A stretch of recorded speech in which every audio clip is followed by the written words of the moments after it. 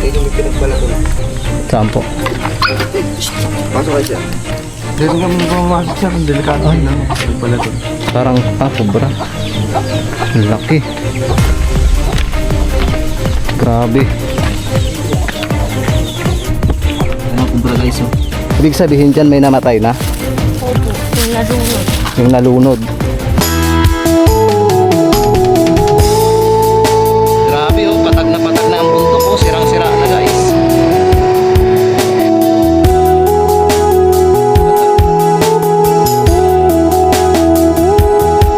Ginagawa nila ng pangit.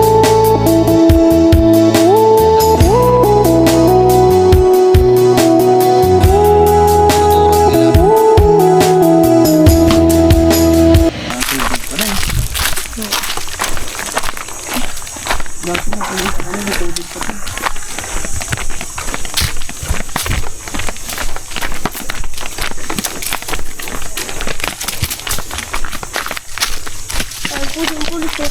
May umaagos po. Ah, mahina. Saan yung bantay? Nandun po sa meron. Dito.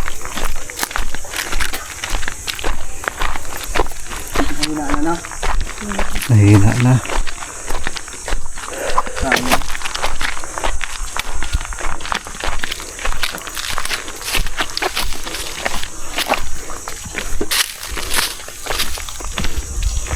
Ganda pa naman. Ibig sabihin pag tag-init na dito, wala na rin tubig. Mahina na rin. Nagtuyuan kasi. Natutuyuan. Malalim sana yung taas ng tungtong kung hindi natuyuan. Ay, may taas pa yan. Opo. Tuturo ko po yung taas. Doon kayo naliligo. Opo, minsan. Wala na tubig yan. Meron po. Ito maganda to pag malakas ang tubig, no? Hindi po, malumot yan eh. Malumot. Hindi maabot dyan.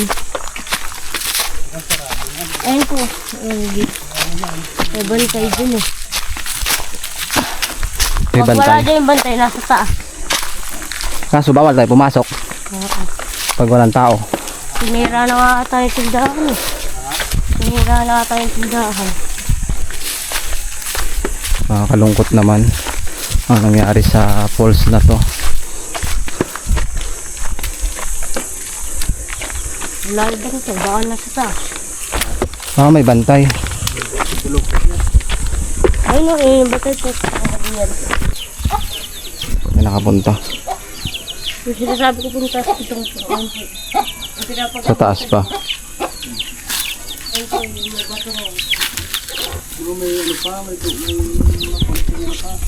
May konting tubig pa. Oo, wala na sir. Tsaka marami rin talaga yan. Tubig yan yan. Bawal talaga. Yun na lang. Sarap sana i-explore guys dahil sinarado na pala itong Puray Falls. Bali 4 na buwan na siyang sinarado. Ang ganda sa tuktok pero hindi pa rin siya nawawala ng tubig. May konting tubig pa rin. Ito yung mga Ganda. giniba na cottage. Marami palang pumupunta dyan talaga. Dati. May mga cottage sa taas daw ng bato eh. Yun. Sarap maligo. Nung kasagsagan.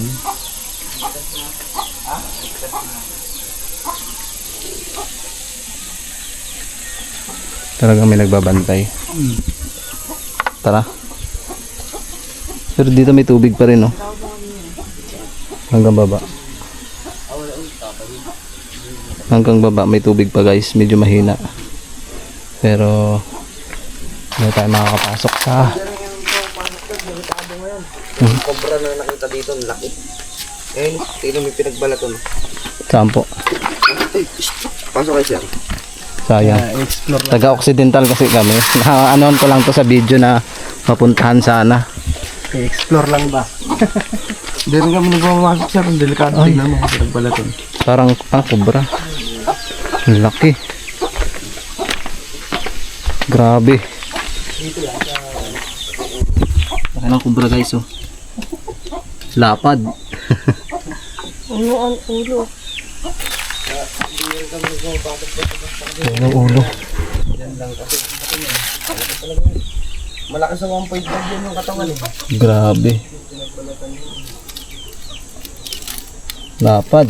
Mga 1.5 to kalaki, no? Malaki ng konti. Sa 1.5. Nakita ka sa namin dati sa ano? Yung cobra ata yun. Shout out kay King Cobra. Maganda sana kung naayos ako sa kaso lang. Binaboy kasi nila tsaka sinimintuan yung mga bato eh. Kaya pinasara ng katutubo. Ibig sabihin may-ari pala katutubo nito. Sir, kumbaga sila ang may nag-ano. Sayang. Nag-handle nito siyempre eh. Kalikasan to eh. Tsaka mas mahal sila sa gobyerno. Ayaw nila nung may mga sinisemento-semento. Ano lang, natural lang. Ganda ng ano, laki ng Cobra. Laki yan. Pag hinilapakan, nandyan lang nga sa mga tato. Kaya hindi rin kami gano'n basta-basta nagpapano. Hirap eh. Tara, punta tayo. Uwi. Yan doon niya. Yan. Akit yung, di ba pag nandun kayo sa labas? Yung tulay doon na ano. Diretso yun yan. Apakit yun. Pag akit yun ganyan, may lusong na, isang lusong lang yun. Pag lusong nyo nun, diretso nyo lang. Baybayin nyo. Hindi. Baybayin nyo na yung kalsada. Ilog lang yun, pero yung ilog na yun maganda. Baybayin nyo lang. Laki ng aras. Antik ko tawag yung antik. Maganda rin liban doon. Ang laki ng Cobra, guys. Ito ano to? Ha? Buntot. Tara. Buntot yan. Tara. Boss. Sige ah. Pasensya na. Kala namin pwede kasi ano. Pasensya na rin yan. Oo. Sunog na. Ano na lang pag nag-open na to. Baka mga ano, by December siguro baka magbukas to. Pag matagal pang utapin nila eh. Oo. Ay pa pumayag ng katutubo na paliguan eh. Sige.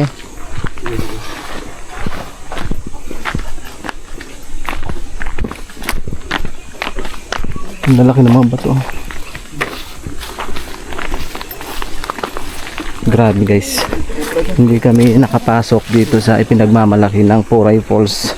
At narinig nyo naman sa bantay na hindi sila pumapayag na makapasok dyan sa Puray Falls sa kadahilan ng ipinagbabawal ng namumuno o nagmamay-ari. Katulad na lang, ang nagmamay-ari pala ng Puray Falls ay isang katutubo. Binaboy daw kasi yung Puray Falls, nilagyan ng mga simento or mga cottage. Kaya yung mga cottage dyan ay pinagiba na ng mga katutubo. Ayon din sa kwento nung nagbabantay ay talagang hindi sila pumapayag na pumasok kahit sino dahil mayroong nakitang balat ng cobra at napakadelikado din.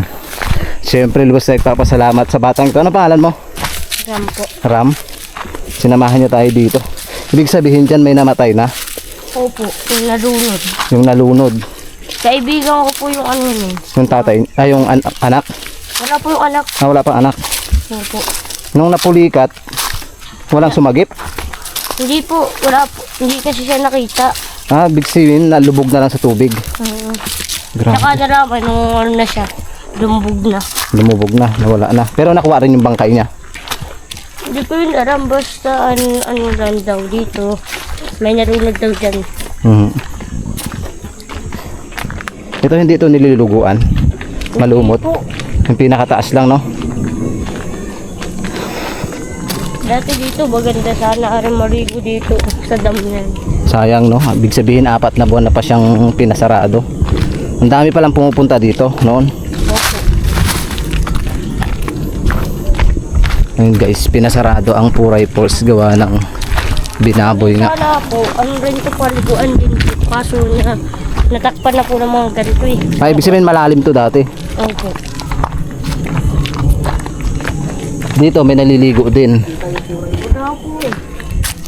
Nandinaw pa naman ang tubig. Naliligo po kami dyan. Sarap sana explore yung Puray, no? Dito sana. Dito sa sana po, may daan rin po. Kaso batuhan. Dito na tayo daan para ma-explore. Sayang guys, hindi natin napuntahan yung Puray Falls. Ayun. May kwento na ni Kuya, yung tagabantay, yung nangyari sa Puray Falls sa kadahilan ng binaboy nga tsaka nagalit yung mga katutubo na nagmamay-ari ng Puray Falls. So yun na yung kwento dito sa Puray Falls ngayon dahil pinasarado na. Ito ay sa Montalban, Rizal. Katakot. Malapit na lang yon. Malalayo po yun. Mga 3 oras. Kaya makakaakit. Grabe, 3 oras. Sabi kayo na malapit lang.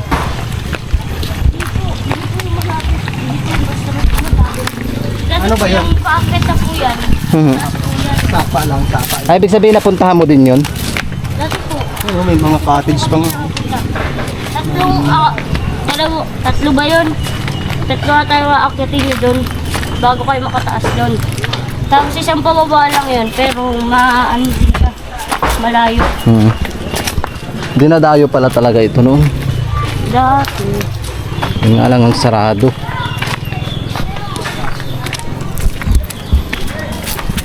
Pabalik na kami guys. Gusto tayong nagpapasalamat kay... Anong pangalan mo na nga? Ram po. Kay Ram dahil sinamahan niya tayo mismo doon sa falls. Kahit na sabi niya na ay Balatang ubra. sinarado. Nakita na niya bal kakurba. Ay, kurba. Shout out Cobra. Shout out sabihin nyo. Shout out sa Cobra kami. Shout out sa Cobra. Papasalamat tayo kay Ram dahil sinamahan niya pa rin tayong marating ang Puray Falls kahit sabi niya na kanina ay sarado na daw ang Puray Falls. Pero hindi siya nag-atubiling samahan kami. Siya yung nag-offer na samahan kami guys. Hindi kami yung nag-offer na samahan mo kami sa Puray Falls. Siya mismo yung lumapit sa amin. Grabe. Mga bata walang nalulunod dyan. Basta po marunong lumangoy. Hindi malulunod. Oo nga naman. Tama rin nga. Dami rin dyan mga bata na naliligo nun. Ikaw marunong ka lumangoy. Opo. Grabe, ang ganda nga naman talaga ng Puray Falls. Kahit na maraming bahay, makikita mo na malinis pa rin talaga ang Puray Falls. Dito, maabot po dito na yan. Ay, umaabot. Saan ba yung bahay nyo? Umaabot yung tubig sa bahay nyo. Dati po, muntikan po umabot. Pero hindi pa naman siya umabot talaga. Opo.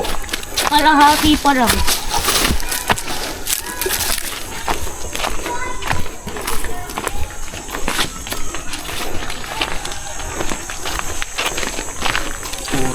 Puray Falls. At least na-experience natin makapunta dito guys sa Puray Falls. At nalaman natin na nagsarado na nga. At mas maganda pa, nakakita tayo ng malaking cobra.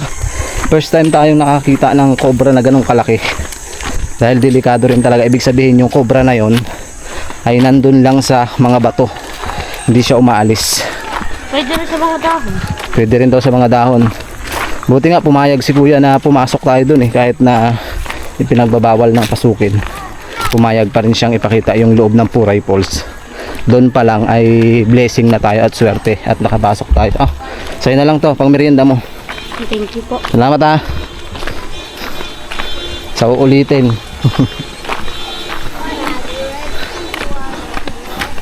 Ito yung pinakadulo.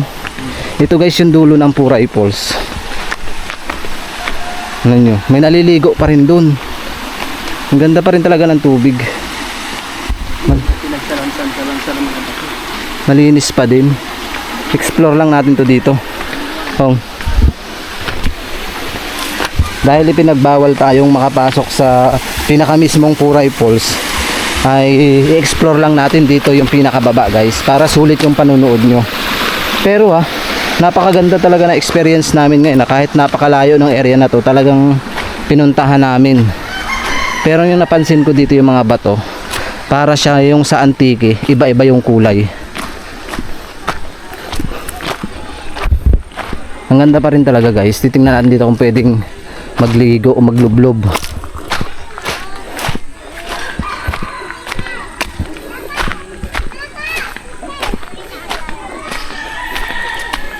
Madaming kangkong dito. Ang daming kangkong dito guys. May mga isda din. Ayan na lang yung liguan. May liguan pa pala dyan. Maliit lang. Maliit lang yung liguan dyan guys.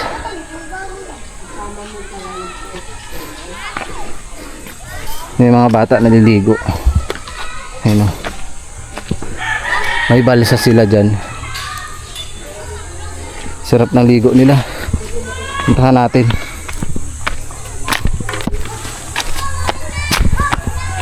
Ang linaw.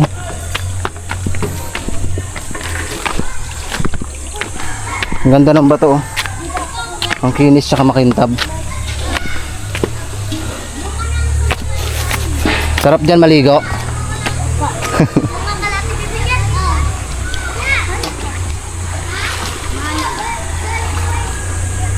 Naliligo sila guys. Anong kinukuha nyo, suso? Ano? May isda dyan? Paano nyo hulihin ang isda? Ano po?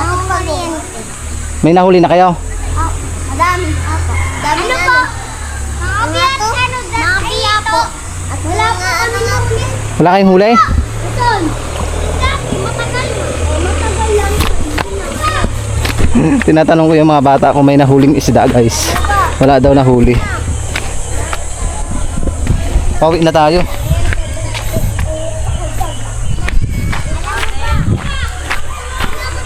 At least na-explore natin yung Puray Falls guys kahit hindi tayo nakapasok, di ba?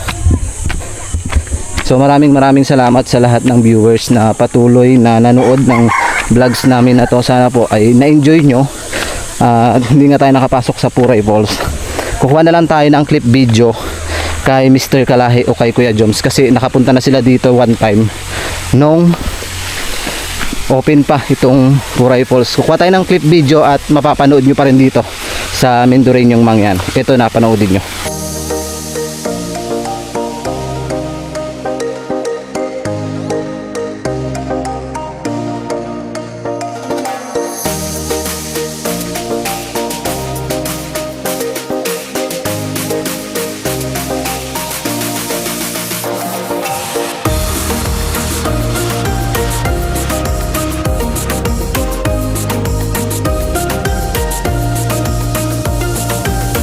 So napanood nyo na guys, maraming salamat sa lahat ng viewers na patuloy na nanonood ng aming vlogs. Thank you very much.